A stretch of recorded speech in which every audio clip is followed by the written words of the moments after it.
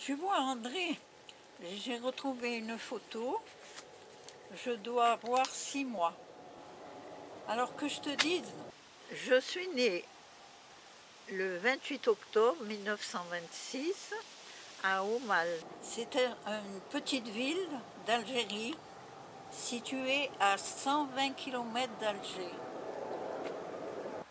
Pour le plus grand bonheur de mon père et de ma mère, j'étais la cerise sur le gâteau, parce que mon père avait, d'un premier mariage, il avait 2 enfants, une fille et un garçon. Donc j'étais leur petite sœur adorée.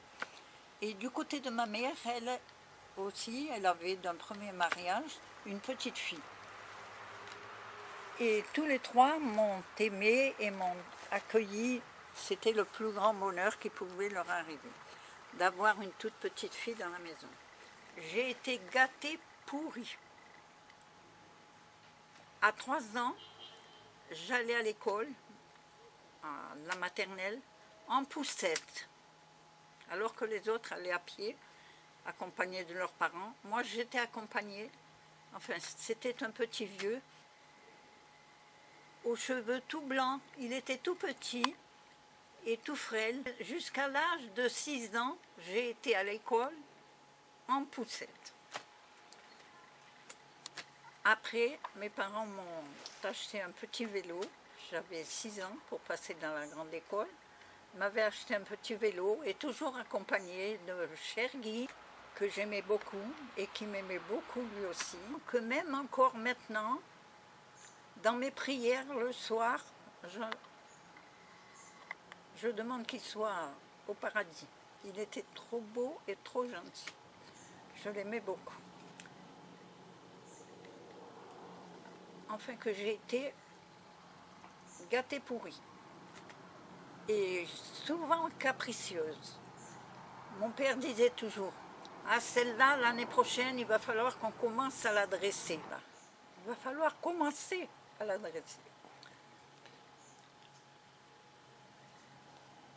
Or, dans ma mémoire, je n'ai aucun souvenir d'une quelconque punition. Jamais. Jamais. J'étais le chouchou de la famille. Ah ça oui. 7 ans, 8 ans, 9 ans, 10 ans, j'étais toujours dans les champs, toujours au soleil, le ciel bleu qu'il y avait là-bas, les fleurs partout, des fleurs dans les jardins, dans les champs, j'allais ramasser les coquelicots au printemps, les coquelicots, les glaïeuls, les boutons d'or, avec une autre petite amie qui s'appelait Micheline Delrieux. Et elle devait avoir 1 an ou 2 de plus que moi. Elle adorait jouer à la maîtresse d'école. Alors c'était toujours elle, la maîtresse, et moi l'élève. Ce qui m'a bien rendu service, parce qu'elle me faisait faire des additions, des soustractions, et elle me faisait lire la lecture que j'avais pour le lendemain, au cours élémentaire, au cours, tu vois. Voilà. Elle m'a rendu service. C'est ce qui a fait que j'étais quand même une bonne élève, malgré que j'aimais bien m'amuser. Et il m'arrivait, quand il y avait des révisions à faire et tout ça, sur le cahier mensuel, tous les mois on avait un cahier spécial qu'on appelait le cahier mensuel. Et sur ce cahier, il fallait s'appliquer davantage que les autres jours, quoi. Alors, je montais, derrière la maison, il y avait un gros abricotier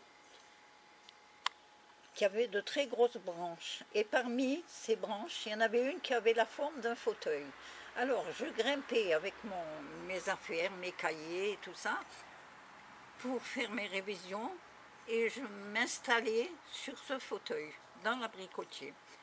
Ce qui ne m'empêchait pourtant pas de faire quelques tours de balançoire. Entre 2 leçons, je me balançais parce que mon père, sur une autre branche du même abricotier, il avait fabriqué une bonne balançoire très solide, avec une grosse corde et une belle planche pour s'asseoir. Et souvent, pendant les jours de vacances, et le jeudi, il y avait beaucoup de petits voisins qui venaient, qui avaient à peu près le même âge que moi, et qui venaient se balancer chez nous, quoi. Alors je te dis pas, hein, pendant les vacances, le chahut et tout ce qu'on pouvait faire sous cet abricotier.